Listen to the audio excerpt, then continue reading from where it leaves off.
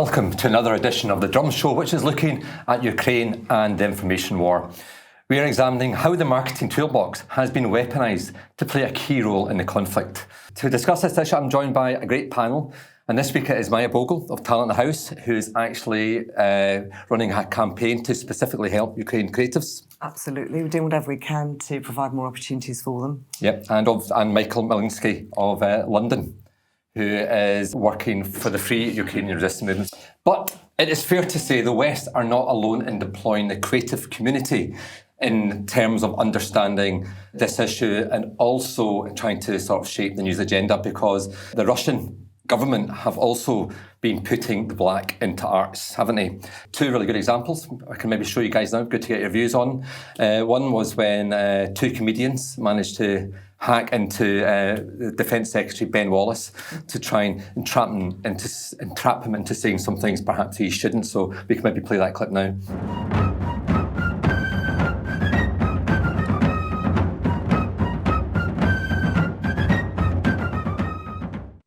This is Defence Secretary's office. Can I just check who you've got on the line, please? Yes, sure. We are on the line. Do you hear me? Thank you. Yeah, I can hear you loud and clear. If you just bear with us while the Defence Secretary joins. Yes. Thank you. Yeah, we will switch on our camera when we will see. Understood. No problem. Thank you. Hello. Hello. How are you there? I'm fine. I'm in Poland. Oh, okay. Yes, I know. We would like to continue the nuclear program in order to protect ourselves from Russia. It's a difficult question, but we think to start it. Okay. But do you think, I think more than being neutral, Russia would really hate that. For sure. We know this. Of course, but it's one of the questions that we are interested. But if you could help us in this regard, it would be really, really important. Okay. Well, look, I, Mr. Prime Minister, on all those bigger questions, I think those are questions that I need to speak to my Prime Minister. The principle is we will support Ukraine as our friend in the choices you make. Well, I think it's fair to say Ben seemed to know what was going on there. You've got to wonder how on earth that call ever got through. But again, it's a bit of a propaganda coup for the Russians, because it did suggest that Britain was somehow backing Ukraine's nuclear ambitions. But before you comment on that, I'll just want to show you this other commercial. Again, it's a lot softer. But this commercial was put out through Russian social media channels like Telegram, and there's a sense that it came from the Russian government, but it was basically suggesting that the Huskies should not be discriminated for being Ruskies. That's mine. Look at him, just a small one. Yeah. The way he spilled the milk and then he's...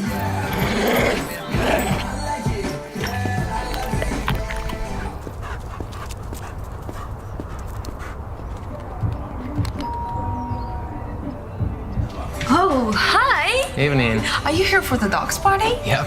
And who is this? It's a Sandy, Siberian Husky.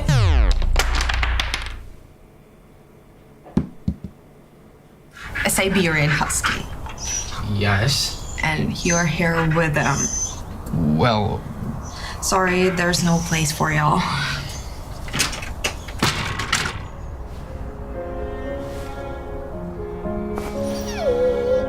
Are you okay? Yeah, I'm fine. Everything is alright, yeah? Alright, everything is fine. Oh man! Sorry about that. Sorry about that. Just, he's...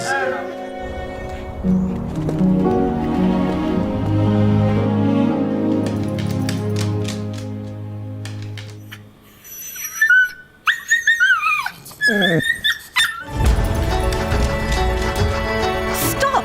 Han, he's dangerous! He's Russian!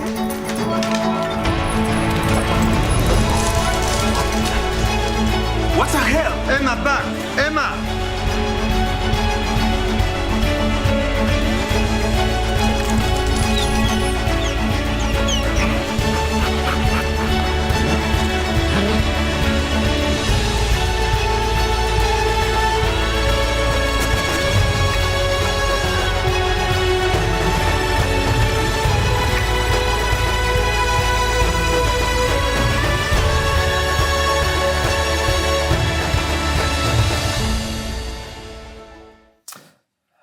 Well, there you go. I mean, sort of two examples of the creative work coming out of Russia. It's probably fair to say not particularly sophisticated. Yeah, the fact that the Russian comedian was able to get through to Ben Wallace was a coup for them. I think his reaction, he looked incredibly startled by what was being said, and he, I think, deferred any discussion on it, but then they proactively released the fact that this had happened to preempt the Russians leaking it. So I think it was, given the circumstances, you're talking about a war with communications that are very difficult with people in Ukraine. So the fact that he took the call, I don't think is any problem with him. Surely there should have been some filter to ensure validation, but these are difficult circumstances. So I think the way it was then handled once it had happened was actually quite good by the British government. As regard the Ruskies and the Huskies, I actually think it's a bit sad to try and twist their message onto the platform of stop spreading hate. Personally, Stalin wrote an order to kill many of my family in Poland. So if I had a reason to hate Russians, I would. I don't hate Russians. I hate what Putin's doing in the name of Russia. But I do think that it's our responsibility to isolate Russia. It will cause pain on Russians, and they need to know that this is as a result of their leader's action, because the only people who can get rid of Putin are his people.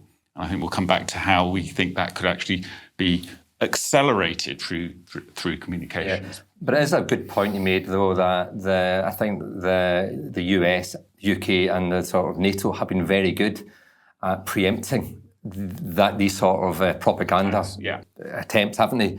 Because you're absolutely right. And they did exactly the right thing by releasing the information that he had been tricked. Yes. So they did preempt it and take the sting at the tail. Yeah. But they seem to be doing that all the way along. You can see at the moment where they're now suggesting that Russia may move to nuclear warfare.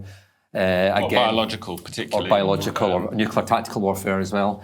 Do you think that there's obviously a deliberate strategy there? Well, that's absolutely. It's to preempt an action and therefore limit the Russians' ability to manoeuvre into that action. Yeah. But Maya, what do you think? I mean, that it was quite a sort of well-made commercial. Well, it's extraordinary. It just felt really real. And then you realise what they're jumping on the back of. And it just seems, as you said, such a terribly sort of, insincere thing to actually do. Of course, we want to stop hate globally as much as you possibly can. But right now, there are people losing their lives left, right and centre in Ukraine. And I think that's going to trigger so many negative emotions and kickbacks against that kind of messaging. It just feels very superficial. And not really real and genuine for people who are going to be in that situation right now. Yeah, I suppose actually the word superficial, I mean, here we are, there's a war going on, we're sitting talking about creativity. Yeah. It does, on the face of it, sound superficial, but there's no doubt that actually the creative efforts of our community are making a real difference in terms of how this is playing out. If you go back to Napoleon, he said that in terms of victory, 1/3 is men and material and 2/3 is morale. And what we're seeing, I think, is Russian conscripts who were not told they were going in, and when they were told they were going in, they would be welcomed with flowers. And you've actually got a clash of two ideas of a authoritarian dictator using hard power to try and achieve his aims, and actually the reaction of a citizenry who are mobilising across the board against this. And I think that morale that they have is going to be the decisive factor. And communications is very important in enhancing morale. And we saw the images of Ukrainians giving Russian prisoners of war phones to call their mothers. I think if there's one strategy that will accelerate the end of this war is mobilising the Russian mothers, because it was they who, when the body count in Afghanistan grew so high, forced Russia to withdraw. And at the moment, from my understanding, the families of the Russian conscripts who are dying are not being informed of that. And because of the Great Patriotic War, the one group of people who can protest on the streets and not fear arrest are the mothers. Yeah. I do love that, the power of the female nurture coming through to try to just break stuff up. Yeah, and we've actually seen some really good work on this, previous episodes of this show. Actually, last week we had a commercial from Bickerstaff, and that was exactly the point of it. It's about, the mothers nurturing their children, and then sort of they follow the story where that child then went off to war. So I think the way that the Ukrainians can do that is to convert the Z, which is the Russian emblem on all of their vehicles of the invasion, which has been used, for propaganda in Russia, and add one more stroke and turn it into an M, turn it around, and that is the universal initial in every language for mother. Mata in Russian. Yeah, it's a great idea. But there's also been other very powerful ideas coming out, because there was a story last week about a Ukrainian collective led by an ad agency called Angry, which under the circumstances is a very appropriate name, who had an idea. They commissioned a composer in New York called Roger Leo, actually, to rework the Russian national anthem using sounds from, real sound effects from the battles in Ukraine. And I think we can play a clip from that now.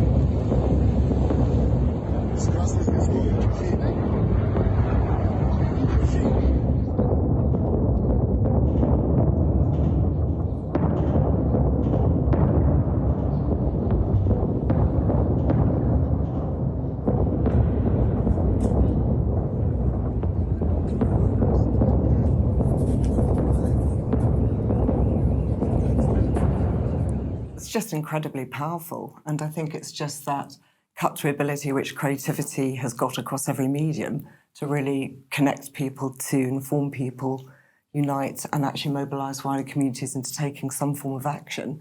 If we can only use creativity for good, that would just be wonderful, wouldn't it? Yeah, it's also, I find it really, really powerful, because it was haunting, because I actually was, when I was working and the bit of the research here, I'd left it on.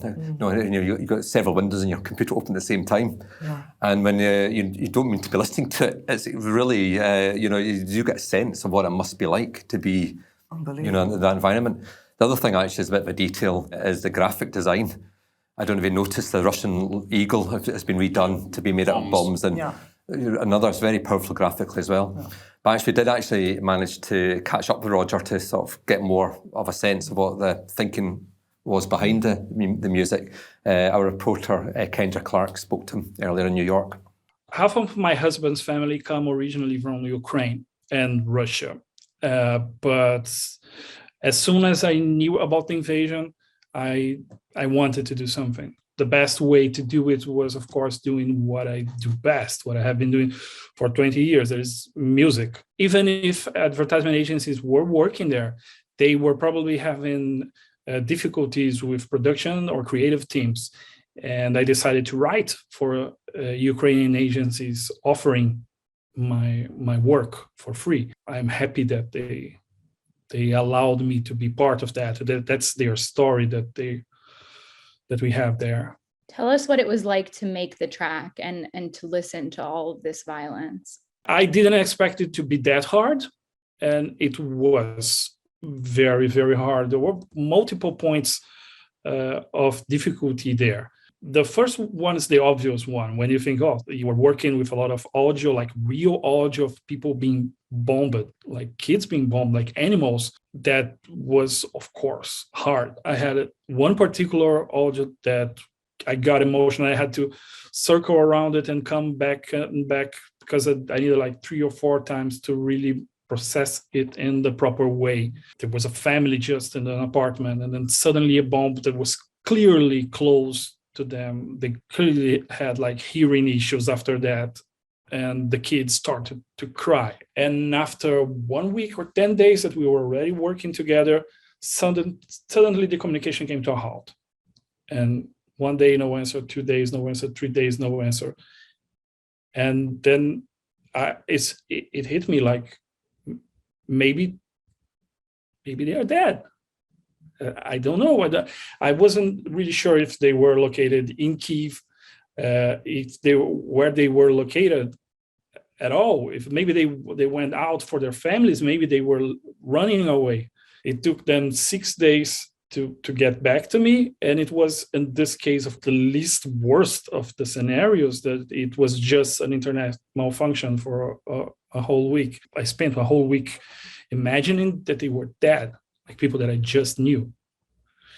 That was, I think, those were the two hardest parts. I can't imagine how intense that must have been. What do you hope will be the legacy of the project? Let's say it's like this. Music have a certain power to transport us in space and in time, that we now are very desensitized to, even to image. So to be able to transport people to that place in a way that we could with that music, we would have to like show like extreme gore images, and that wouldn't bring out the feeling that we wanted people to feel. It would bring disgust. It wouldn't bring the empathy that we wanted to bring. We wanted people to understand how it is to feel, to be there. When you listen to that, you feel that you could be there. This is like a human thing. We hope that anyone that listens to that can feel and know a little bit better how bad a war is, how real and bad a war is. Also, like to try to use the music platforms to get donations in the sense that maybe you don't have conditions to make a donation, but if you go and listen to the song, somehow a little bit of that Spotify, that Amazon, a little bit of that is going to go to help, at least. But as you say, that's really powerful, and the story behind it as well. I mean, the fact that having to listen to that audio itself must have been emotionally exhausting for him. Absolutely, just all that, just taking you back to what it must have been like for his parents and his family and ancestors before as well. I do think creativity is incredibly evocative, and this whole sort of war, I mean, the Ukrainians have really taken on board the ability to use media to their favour and actually have winning that battle. Yeah, I think the fear that we all had was that the Russians would use their, given all the discussions about influence on Brexit or Trump, that they'd use those cyber skills in a way that would completely overwhelm Ukraine and would influence the West. In fact, the opposite has happened. The Ukrainians have actually had more success hacking into the Russian media and stopping the transactions in the central bank and that sort of thing. They managed to secure a mobile phone conversation because the Russian military signals network wasn't working, where a political officer was reporting the death of a general of their elite airborne division. And they put that into the Russian media from Ukraine. So they've got some very, very skilled people there. Yeah, I think they've got a name for it, don't you? It's called open source intelligence. Yes. And that is really redefining the war. Because on one hand, as you were saying before we start broadcasting, from a military perspective, it's almost like the Second World War. Yeah. But from the sort of the communications and the sort of propaganda perspective, this is a totally new era. Well, this is. It was interesting you said that the creative industry is the least militaristic. I was in the British Army. I'm a trained tank commander and driver. I have a H-class on my licence. But seeing from how they are defending, it is very much Second World War in terms of the front line with some drones and some sophisticated missiles. But the actual, seizure of territory at the end of the day is boots on the ground.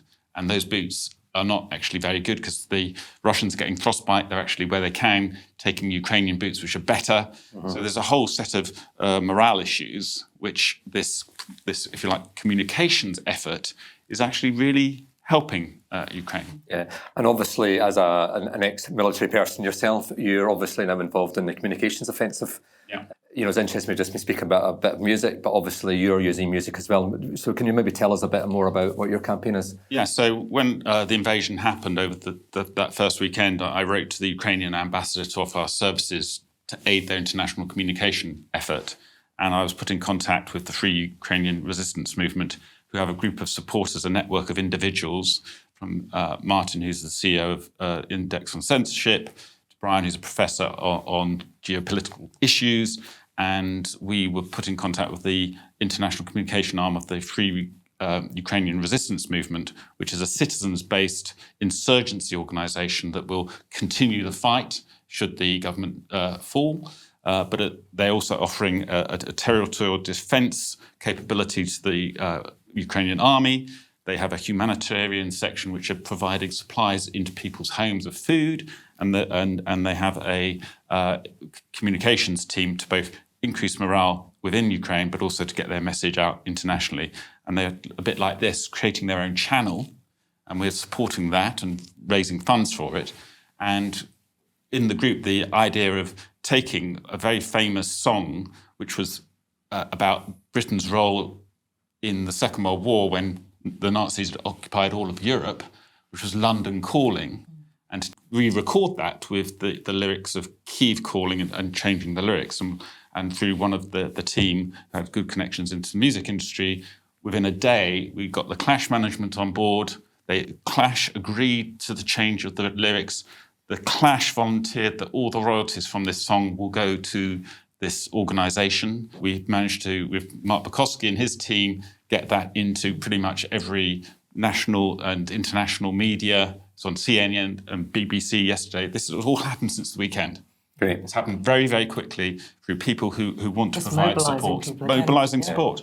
And what I'd like to ask the people who are watching this is, you all have reach, you all have capabilities, is to join this effort. And if you email me, michael@londonadvertising.com, we can put you in contact to get this message out, because every time that record is played, it's more money for the Ukrainians to get the Russians out of their country. And we'll also put a little barcode at the end of the show, which will direct you to the relevant landing page as well. Thank you. But anyway, shall we listen to a bit of the track, see what it sounds like? Excellent.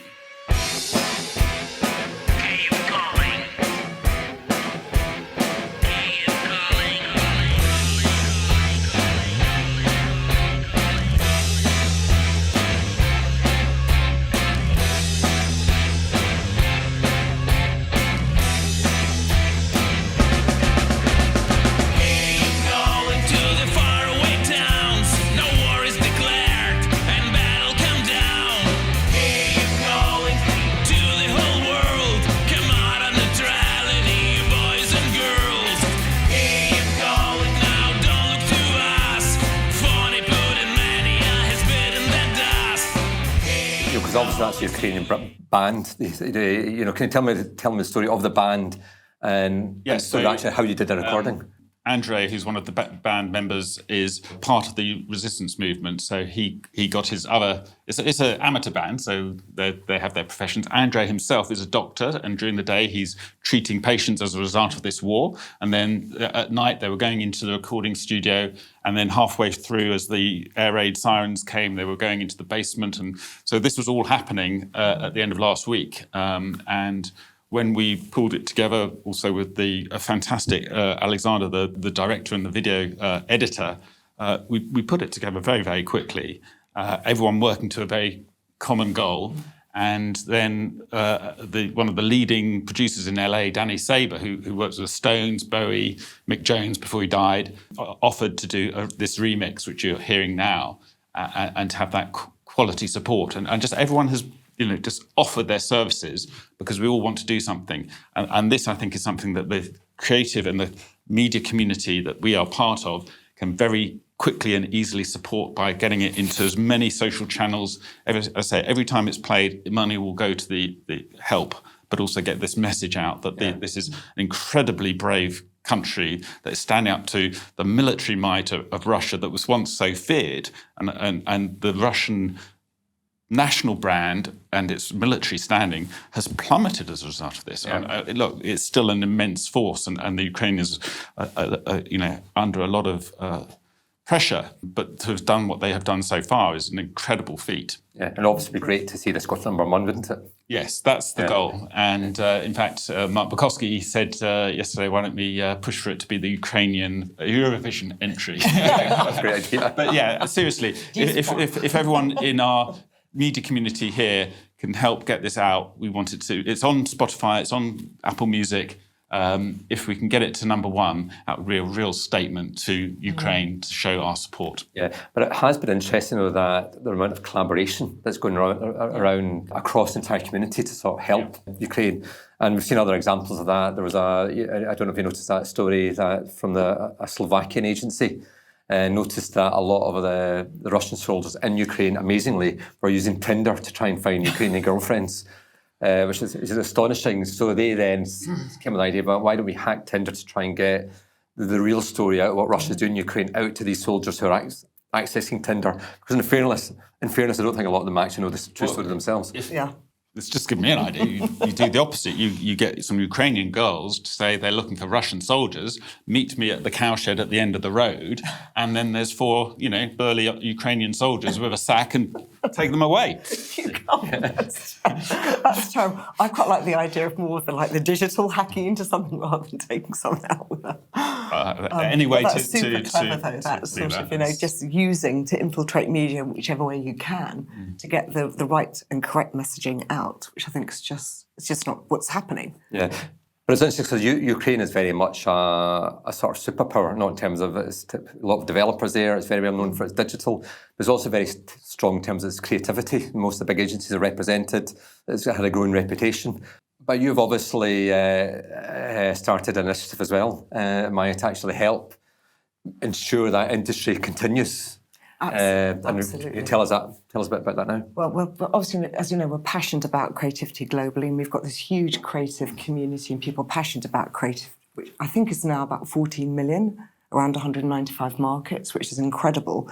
But across that Ukrainian territory, it's incredibly active, and we've got the most extraordinary community of creators across every walk of life, some working remotely from home, some working in agencies. And what we really want to do is to give them the courage and the distraction from what's going on right now to actually work. They want to work. They want to make money. They want to actually prove that they've got the ability to fight against this in a way which can allow them to rebuild that Ukrainian community too, and that Ukrainian economy as well. Across the Talenthouse group of platforms, we're already building a platform which would allow brands and agencies to directly commission creatives. So we've now sort of done a quick hack on this platform, and within 2 weeks have been approached by this incredible guy called Ingmar, who actually used to work for Scholz and Friends and actually looked after the Ukrainian agency over there too as well. And along with an amazing Ukrainian creative who's actually based over there too called Nadia, and with our own team here, Liz, we've actually created something called Ye Creative, which in Ukrainian means there is creative work. What we're trying to do is to reach as many Ukrainian creatives to join this platform where we can actually get brands and agencies to post initial, quite low-hanging, easy projects for them to work on. So we know it's going to be quite difficult to work remotely on anything too big, too amazing, too big, but actually it's perfectly possible to produce work, whether it's for something as simple as a PowerPoint presentation. So we would ask all agencies and brands to please think about offering work to that Ukrainian creative community. And if you go to createwithukraine.org, and we can perhaps show some of that and show some of the work of some of the Ukrainian creatives that we've approached now. We've got over 1,000 already that we vetted and are ready for work, and there's more. That actually makes us now, I think, the largest Ukrainian creative agency, bizarrely, full of over it, which is mad to think of that. But to actually give them the opportunity to work digitally and remotely, and it could be across any course of work. And we're going to speed up the payments. We want to do all through Swift payments. We're even taking credit cards in order that we can actually pay these creators as quickly as possible. So please, with agencies, none of the 90 days creative terms and payment terms. We want to actually get work out to them and money out to them as quickly as possible, and as many briefs and as many opportunities. Doesn't matter how simple it is. And even if you haven't got a brief or an opportunity to actually work on some creative projects, we'd ask you to please think about even for £100, we've created almost like a dummy brief on the platform where somebody can go up, pay £100, and a Ukrainian creative can say, thank you so much, record a piece to film and get that £100. So please think about what you can do to support them. Yeah, and it's quite, thank you. But the point is actually quite important, isn't it? Because some people ask them, well, surely you've got more important things to worry about. Yeah. But the key thing is it's really important the Ukrainian economy and the Ukrainian industry survives. That's so important because we're kind of agency agnostic, because obviously there are agency groups within Ukraine which might be part of WPP or Publicis, and they're incredibly proud, the Ukrainian creative community. They don't necessarily want to take work from another big agency group. So a lot of agency groups might be offering them work or offering them actual employment, but we don't feel that's necessarily, it's part of the solution, but we feel possibly a better solution is to empower them individually to still work remotely, to go back, to not leaving their territory, because otherwise you'll take all the talent out of the Ukraine, move it into other neighbouring countries or further afield. How can they possibly then rebuild that economy again? So we want to say, don't have the brain drain. Let's keep that talent within Ukraine, but in a safe place, and allow them to actually build on their work where they are now, and then return to their work when the shelling stops. Well, that's great. Well, I'm afraid that's all we've got time for. So Michael, Maya, thank you very much for taking part in this week's Drum Show. We'll be back next week to keep you up to date with the information war. In the meantime, we hope you can support the charities Michael and Maya have raised, and there'll be links at the end of the credits. And also playing at the end of the credits will be London Calling. So we want to do Kiev Calling. Kiev Calling, as we want to do our bit to get this to number one. Excellent. Anyway, so thanks to you guys, and thanks to you guys for watching. Thank you, Gordon. Thank you, The Drum. Thank you.